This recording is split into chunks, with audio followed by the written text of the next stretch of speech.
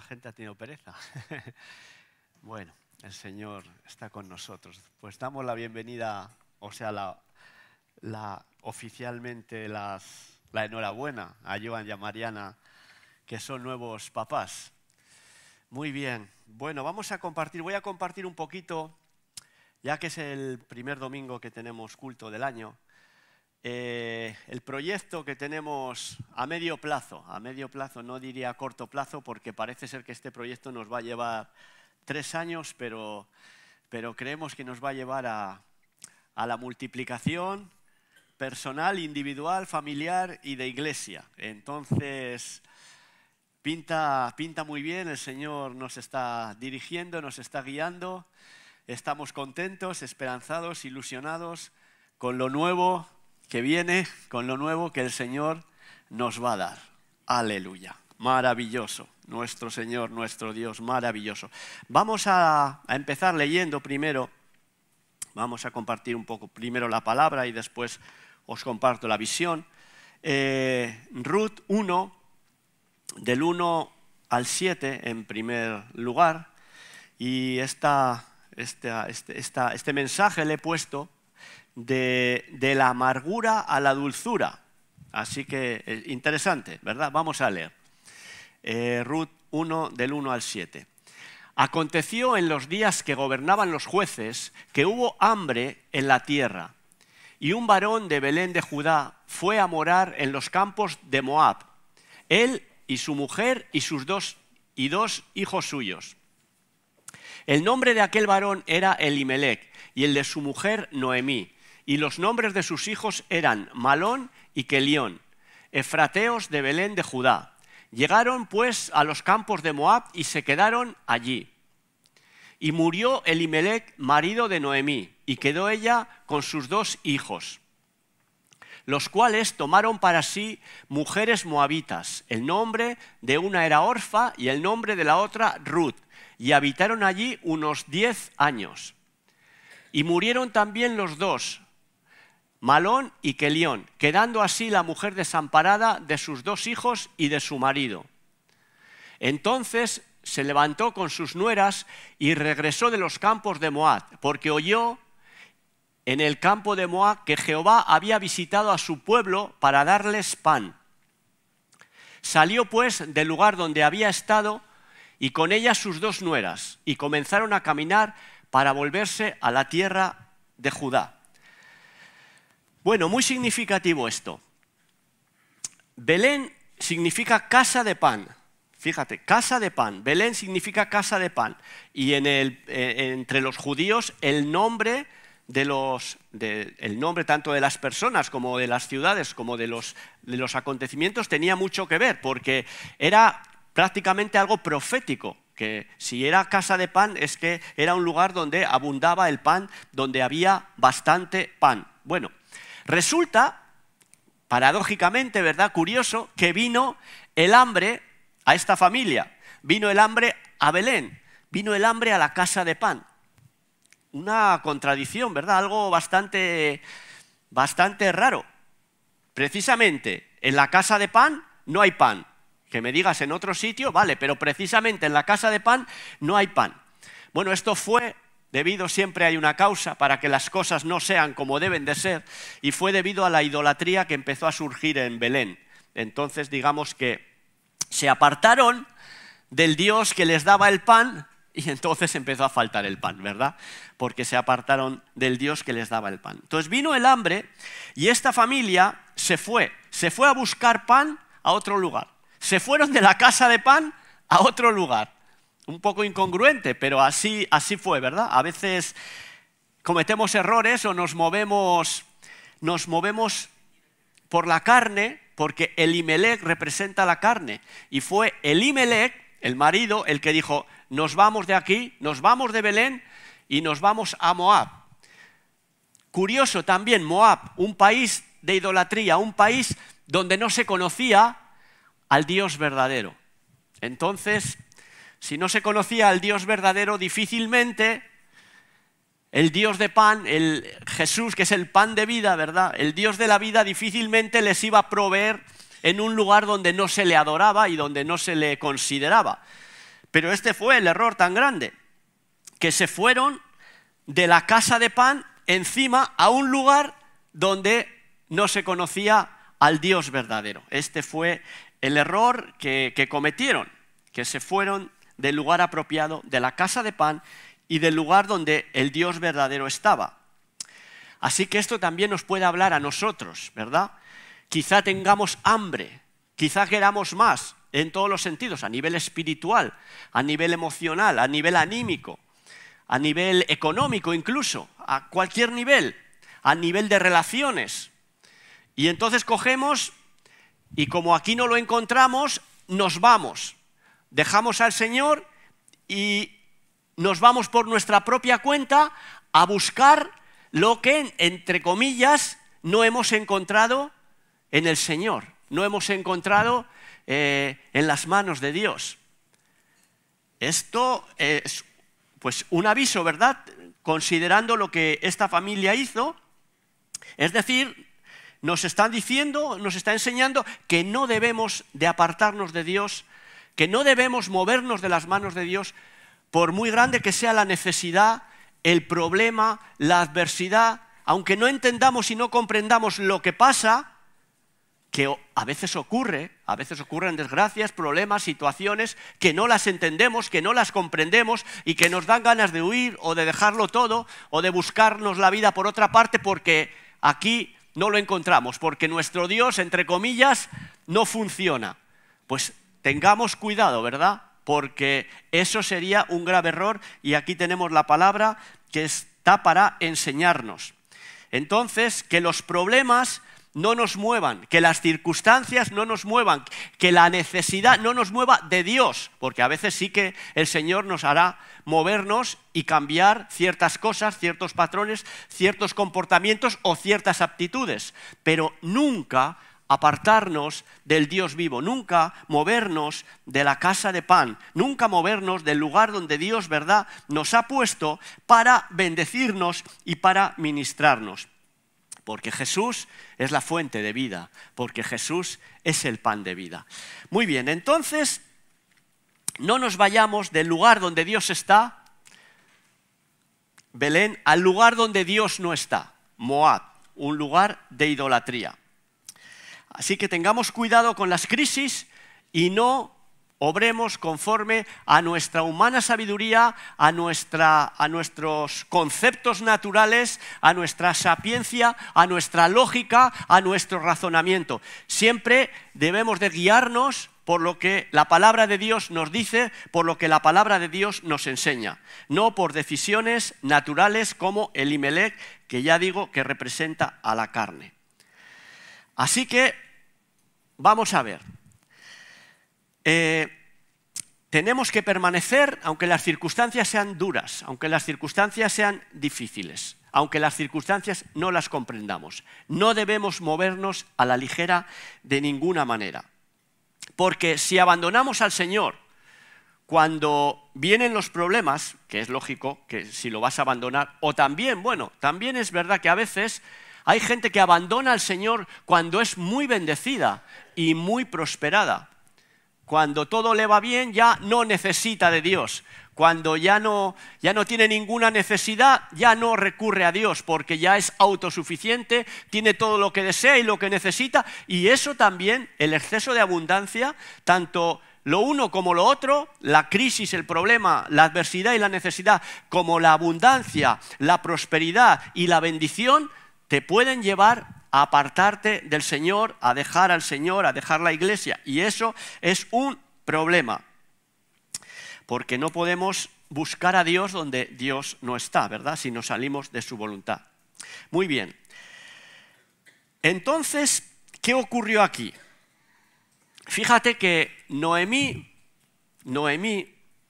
significa dulce. Noemí significa dulzura. Dulce, dulzura, o los sinónimos que queráis ponerle. Pero Noemí y su familia pasaron 10 años sin Dios.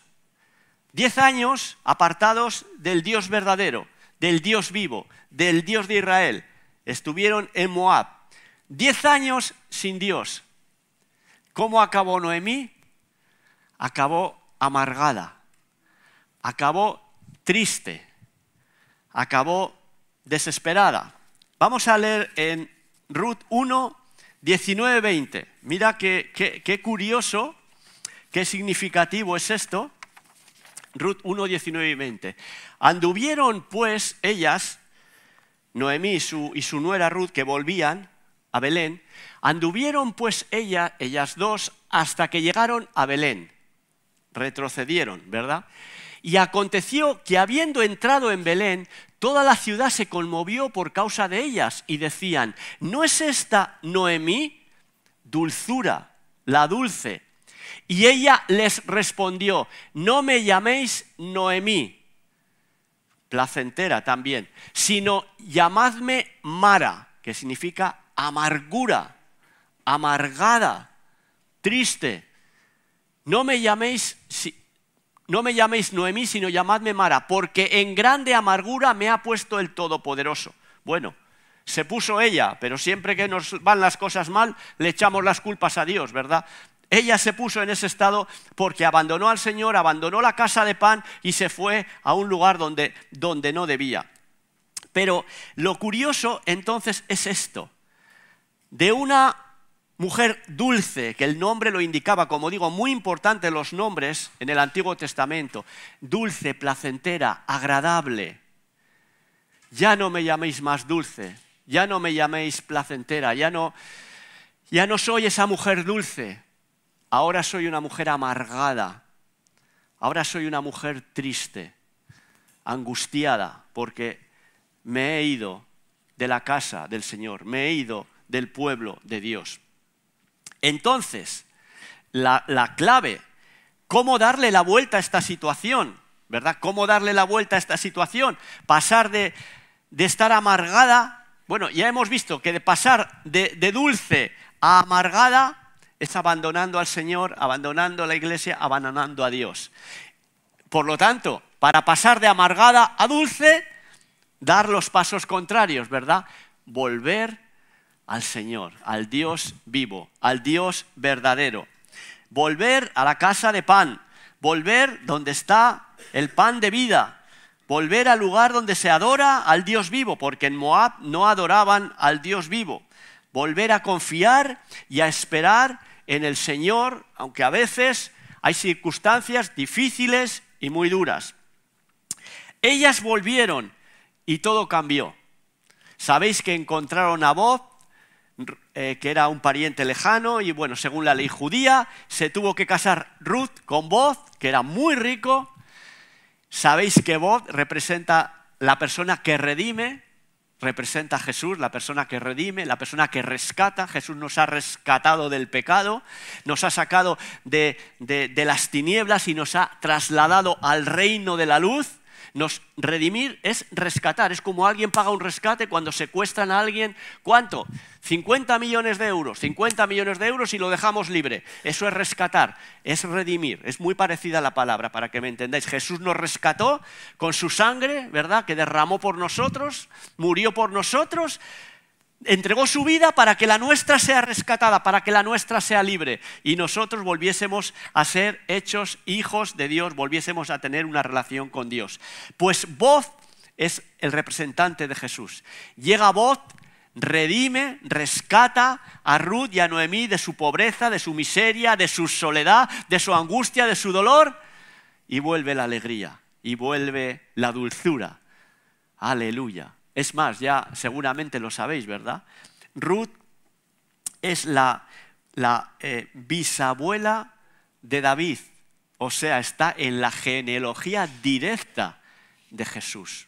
Unas personas que estaban abocadas a la ruina absoluta por haber abandonado al Señor y a su pueblo, ¿verdad? Pero volvieron a casa, volvieron al Señor, volvieron a la casa del pan, y recuperaron la esperanza, y recuperaron la dignidad, y recuperaron la esencia, y recuperaron la bendición.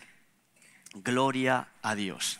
Vamos a ver otro ejemplo significativo que también está en el Antiguo Testamento. Vamos a leer Éxodo 15, 22 al 25.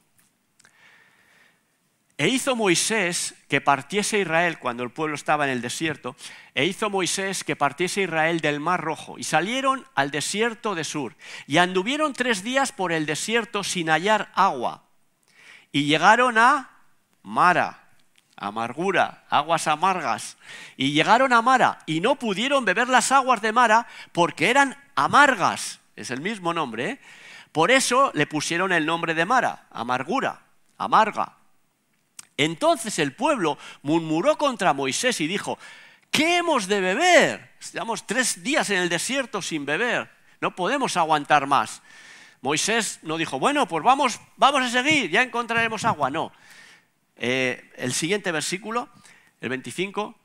Y Moisés clamó a Jehová, y Jehová le mostró un árbol, y lo echó en las aguas, y las aguas se endulzaron. Déjalo aquí el texto este. Allí les dio estatutos y ordenanzas. Bueno, las aguas se endulzaron. ¿La clave cuál fue? Lo que hizo Moisés, clamar a Dios.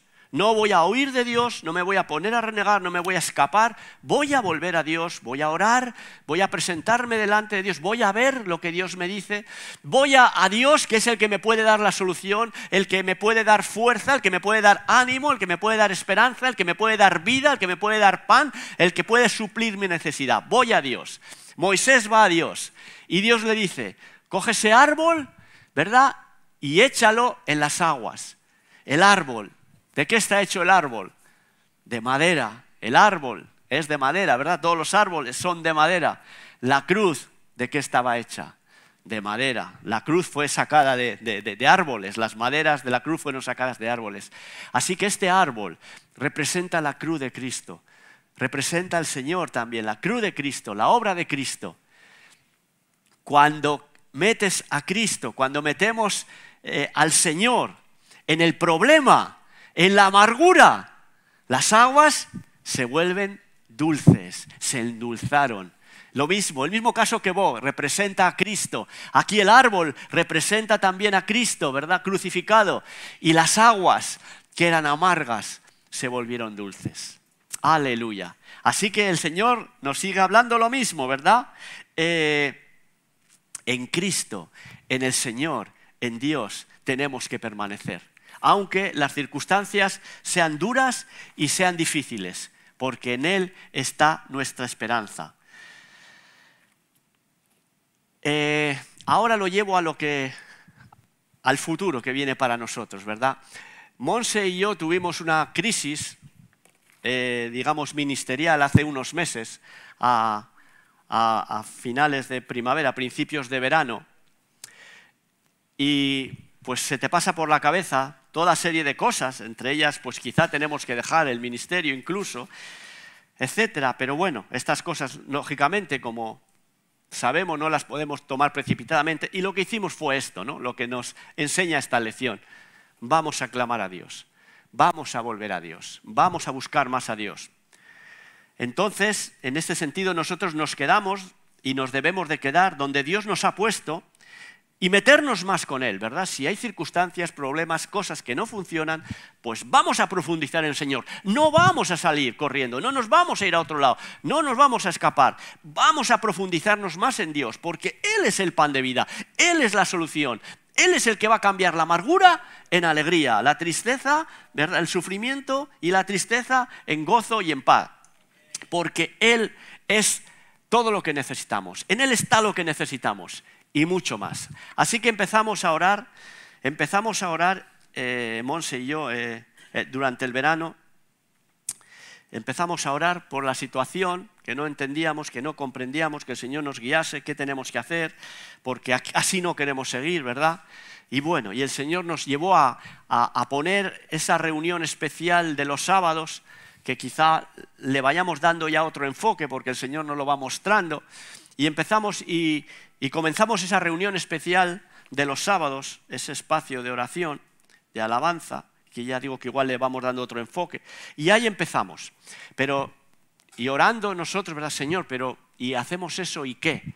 Y el Señor nos habló y nos dijo, bueno, da el primer paso. Empieza por el primer paso, como siempre. Cuando des el primer paso, te mostraré el segundo, os mostraré el segundo. Aleluya. Y así ha sido, hermanos. Y así ha sido. Nos ha mostrado un segundo paso, que estamos muy emocionados, muy ilusionados con este segundo paso. Va a ser duro, entre comillas, porque va a ser largo, porque hay que pagar un precio, pero el Señor ha traído a nuestras manos un seminario, por así decirlo. No le quiero llamar curso, seminario, porque son 3 años. Pero es un seminario maravilloso, profundo, de renovación espiritual. Primero, renovación para los pastores, renovación también después para la iglesia, y luego va a ser renovación para los que nos conocen y para los que están fuera.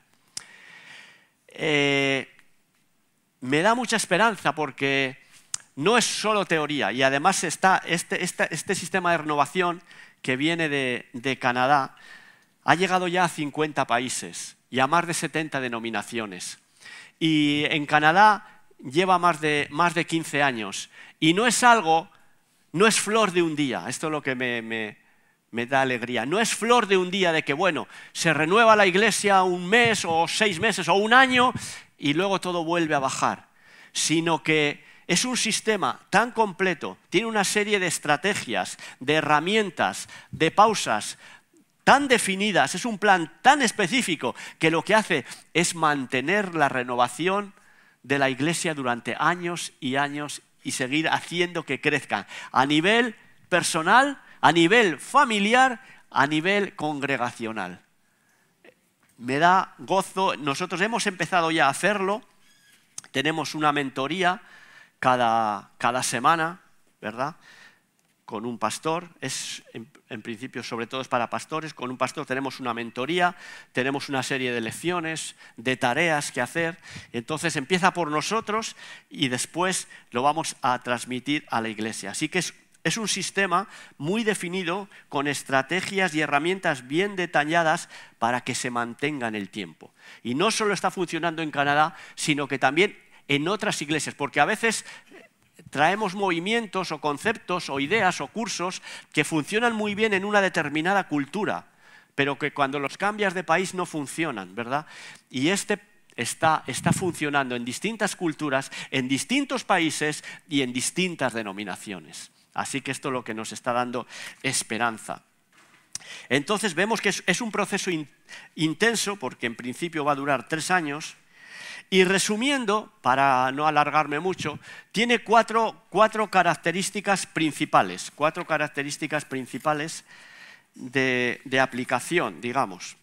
La primera característica se trata, lógicamente, de estudio y conocimiento de la palabra, de unas lecciones específicas, básicas, fundamentales, imprescindibles para la vida cristiana. Porque a veces nos vamos tan alto y dejamos las bases. Y sin las bases no se puede construir el tejado, ¿verdad? Entonces, viene un poco a ser como dice Jeremías, no os olvidéis de las sendas antiguas, o algo así, ¿verdad? Entonces, son unos principios fundamentales para el crecimiento y desarrollo espiritual. Entonces, empieza por conocer estas doctrinas fundamentales que ya las conocemos, pero quizá de una forma más detallada, más desarrollada, porque, como dice Romanos 12:2, ¿verdad? Todo empieza en la renovación de nuestro entendimiento. No os conforméis a este siglo, sino transformaos por medio de la renovación de vuestro entendimiento para que comprobéis, vais a comprobar, vais a experimentar cuál sea la buena voluntad de Dios, agradable y perfecta. Entonces, primero, lógicamente, es conocer, entender, ese es el primer paso, saber lo que hay que saber, no lo que la sociedad dice, lo que el mundo dice, lo que Jesús dice, lo que la Biblia dice, lo que la palabra dice. Saber y cambiar esos patrones, como ha dicho Monse, podemos traer muchos patrones equivocados de nuestra antigua religión, de la sociedad, de los compañeros, de la televisión, de lo que nos envuelve, nos cambian los conceptos. Entonces tenemos que renovar nuestros conceptos en lo que es la palabra de Dios, bien arraigados en la palabra de Dios. Entonces primero sería conocimiento, ese es el primer paso, el conocimiento de lo importante y de la esencia para la vida espiritual. Amén. Eso es lo primero. Después, lógicamente, que aquí, entre comillas, igual muchos es donde fallan, es aplicar. Esto es fundamental, aplicar. Aplicación personal, aplicar lo que hemos aprendido, lo tenemos que aplicar, lo tenemos que vivir nosotros. Si no, mucha teoría, pero si no hay aplicación, no va a haber crecimiento, no va a haber desarrollo, no va a haber madurez espiritual. ¿Cuántos hay por ahí teólogos que saben muchísimo más de la Biblia que nosotros, pero no tienen un conocimiento experiencial con Dios, no tienen una relación real con Dios, no conocen a un Dios personal? Entonces, aplicar va a ser el segundo paso, importantísimo. A veces nos va a costar, porque es poner en práctica lo que Dios te diga. A veces no lo entiendo y no lo comprendo, y por fe lo tengo que practicar. Y entonces me va a venir una experiencia con Dios. Y, wow, pues, ¿verdad? A veces hemos tenido esto, pero tiene que llegar a ser un estilo de vida, que sea continuo en todo lo que Dios nos va mostrando y enseñando. Entonces será aplicar, para que no nos pase, como dice Santiago 1:2, ¿verdad? Para sed hacedores de la palabra. Tenemos que aplicar para sed hacedores de la palabra, hermanos míos, Santiago 1:2, ¿eso es? Pues entonces me he equivocado. El texto que quiero decir es, sed hacedores de la palabra y no tan solamente oidores, engañándoos a vosotros mismos. No sé si será el 22, pero esto es, sed, nos dice la palabra, nos dice el Señor, sed hacedores de la palabra. Ah, perfecto. Pero sed hacedores de la palabra y no tan solamente oidores, que muchas veces nos convertimos solo en oidores, ¿verdad?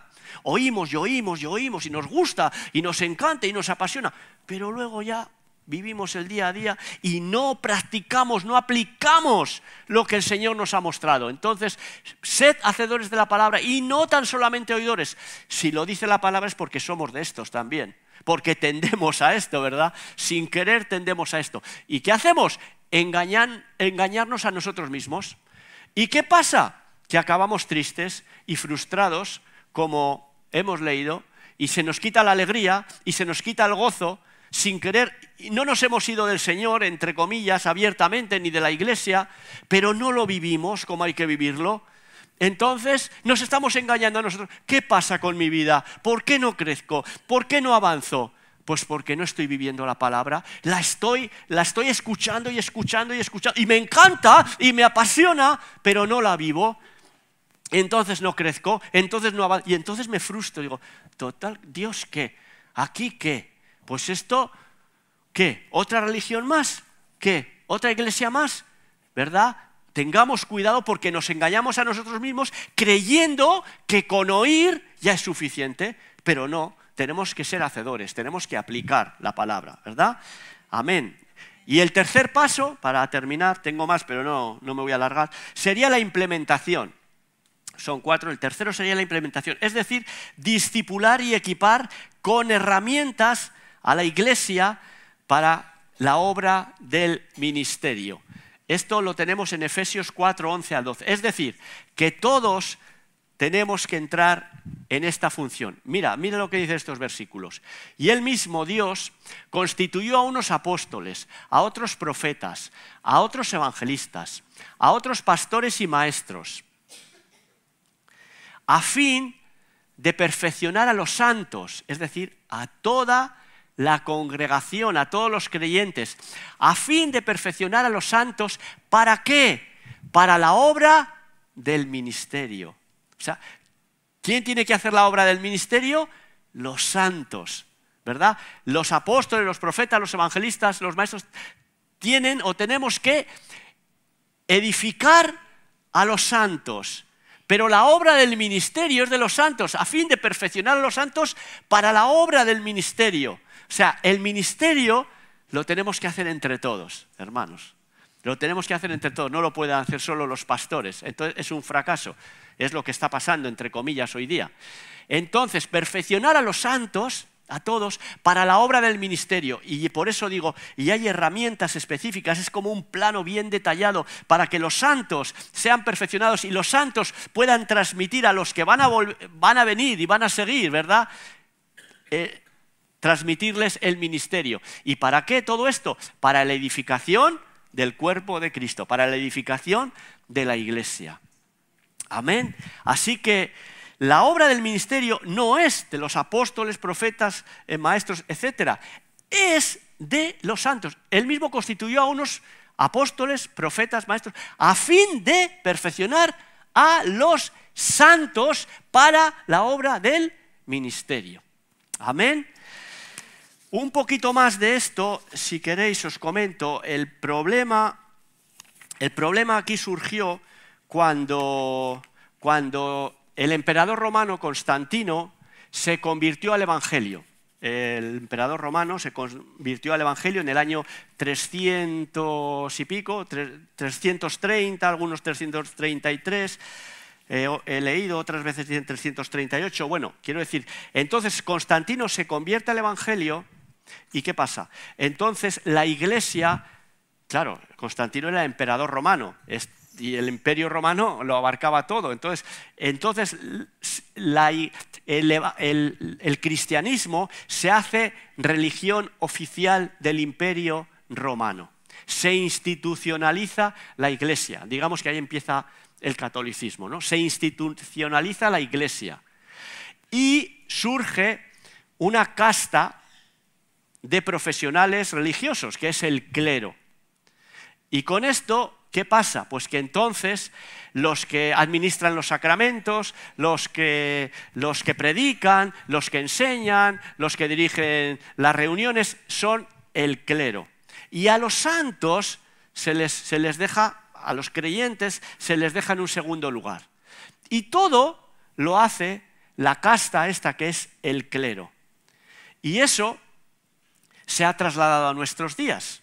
Y ahora, pues, sí, el clero lo hace todo en la Iglesia Católica, prácticamente, pero los pastores, ¿verdad?, o los ministros en la Iglesia evangélica, pues también, si no lo hacen todo, hacen la gran mayoría de las cosas. Y ahí ese es el problema, ¿no? Entonces, llegaron los reformadores, cambiaron doctrinas fundamentales como la justificación por la fe y tal, extraordinarias, pero no lograron hacer que los laicos entraran en el ministerio como era en el original, que estaban todos sirviendo, todos evangelizando, todos enseñando, todos en el ministerio, y así es como surgió el boom de la iglesia primitiva, ¿verdad? Otro ejemplo muy claro está cuando estaban todos en Jerusalén y tras la muerte de Esteban hubo una enorme persecución y dice la Biblia que fueron todos esparcidos salvo los apóstoles. Los apóstoles se quedaron en Jerusalén. La iglesia tuvo que salir pitando porque los mataban. Y se empezaron a crear iglesias en todos los sitios. ¿Quién creó esas iglesias? ¿Los apóstoles? No, estaban en Jerusalén los creyentes. Y ese fue, ¿verdad?, un movimiento profundo y poderoso que fue gracias a que el ministerio era de los creyentes y que no había castas, que éramos todos iguales sirviendo al Señor. Aleluya, gloria al Señor. Bueno, entonces no me quiero alargar más. Entonces, por eso es tan importante que el ministerio vuelva a la iglesia, a los creyentes. Y luego la última parte ya sería contribuir, es decir, llevar el evangelio a otros, a los de afuera, a los de nuestra familia, a los que están cerca, que lo van a ver, que casi no va a hacer falta hablar, cuando en nosotros haya una renovación profunda otra vez del Espíritu Santo, una vida profunda en el Espíritu, una renovación de Dios. Entonces va a ser fácil porque lo van a ver. Entonces, hermanos, aquí queremos entrar, a este proceso queremos llegar. Iremos poquito a poco. Orad, hermanos, orad por nosotros. No quiero que esto sea un curso más, de ninguna manera. De hecho, una de las cosas que más me ha bendecido en este sentido ha sido que una de las claves es la aplicación. La aplicación. No quedarnos en la teoría, sino la aplicación. Y como digo, me costaba, no quería entrar en este curso porque no quiero entrar en cursos y cursos y cursos, ¿verdad? Que nos están mandando cursos por todos lados. Una cosa importante también, completamente gratuito. No buscan dinero, para nada. Lo que quieren es que la iglesia del Señor crezca, que la iglesia del Señor se desarrolle. Y una de las claves, ¿no? Primer objetivo, había que cumplir algunos objetivos para poder entrar en este proceso. El primer objetivo del pastor, que me impactó muchísimo, y cuando lo leí dije, pues esto es de Dios para nosotros. Primer objetivo, el pastor debe sentirse insatisfecho. Y no todos los pastores están insatisfechos con sus iglesias. Nosotros sí, porque tenemos un Dios tan grande que nosotros tenemos que seguir creciendo y desarrollando y manifestando al Señor con milagros, con dones, ¿verdad? Con sanidad y que este pueblo conozca a Jesús. Entonces, la primera condición, el pastor tiene que estar totalmente insatisfecho para ver una iglesia renovada. El pastor primero debe estar viviendo en una zona de descontento, como estábamos nosotros, bueno, hace tiempo. Un descontento espiritual con respecto a cómo están las cosas, con respecto a mi propia vida, con respecto al ministerio, con respecto a la iglesia y con respecto a todo. Descontento, desear más. Y esto Jesús, entre comillas, lo considera, porque Él dice, bienaventurados los que tienen hambre y sed de justicia, porque ellos serán saciados. Y Jesús es el sol de justicia. Bienaventurados los que tienen hambre y sed de justicia, hambre y sed de Dios, más deseo de Dios, porque serán saciados. Nuestra esperanza, que seamos saciados. Aleluya.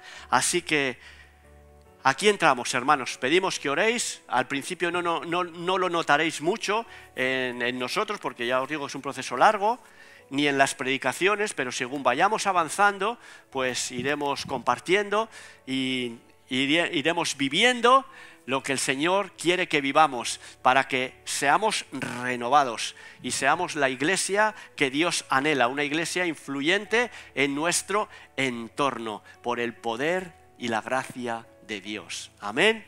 Amén. Vamos a orar. Amado Señor, te damos gracias. Padre, gracias porque nos amas, porque nos amas, porque nos amas. Y porque quieres que sigamos avanzando y porque quieres darnos más, Señor, y no quieres que nos conformemos y tú te quieres glorificar más en este pueblo, en esta ciudad, en esta zona, Señor, en la Rioja Alta. Gracias porque quieres llegar a muchos otros. Gracias porque quieres que muchos te conozcan y te amen y te alaben y te adoren y te glorifiquen y sean tus hijos y te den honra y te den gloria, y también lo deseas de nosotros, Señor, que lo hagamos en una medida mucho mayor, Señor. Gracias, Padre, gracias porque nos incentivas, porque nos motivas, Señor, porque nos estás dando estrategia, porque nos estás dando visión para ir a más. Padre, te pedimos de todo corazón que esto que vamos a entrar, Señor, sea tuyo completamente, y si no, que nos saques, Señor, pero creemos que es tuyo, Señor, y que lo podamos vivir y que lo podamos practicar, que no sea un curso más, Señor, aleluya, que sea verdaderamente como lo estamos viendo, Señor, algo que impacta a las iglesias, algo que renueva, algo que transforma, algo que da vida espiritual, algo que avanza, Señor, algo donde tú eres lo primero, Señor, y donde se te da lugar a ti y a tu espíritu, donde los movimientos y las decisiones son todos guiados por ti, por tu palabra y por tu espíritu, Padre. Te adoramos, te glorificamos, te honramos y te bendecimos, Señor. Gracias, Señor, por este nuevo año que nos das para conocerte más, para amarte más, para glorificarte más, para crecer en ti, para bendecir a otros, para traer a otros esperanza de vida eterna. Gracias, gracias, Señor, que aprovechemos cada momento y cada oportunidad para todo esto, Señor, para darte gloria y honra, para crecer y para bendecir a otros. Santo y maravilloso Padre, te damos las gracias por tu amor infinito, en el nombre de Jesús. Amén y amén. Muy bien, hermanos, que el Señor os bendiga. Nos vemos.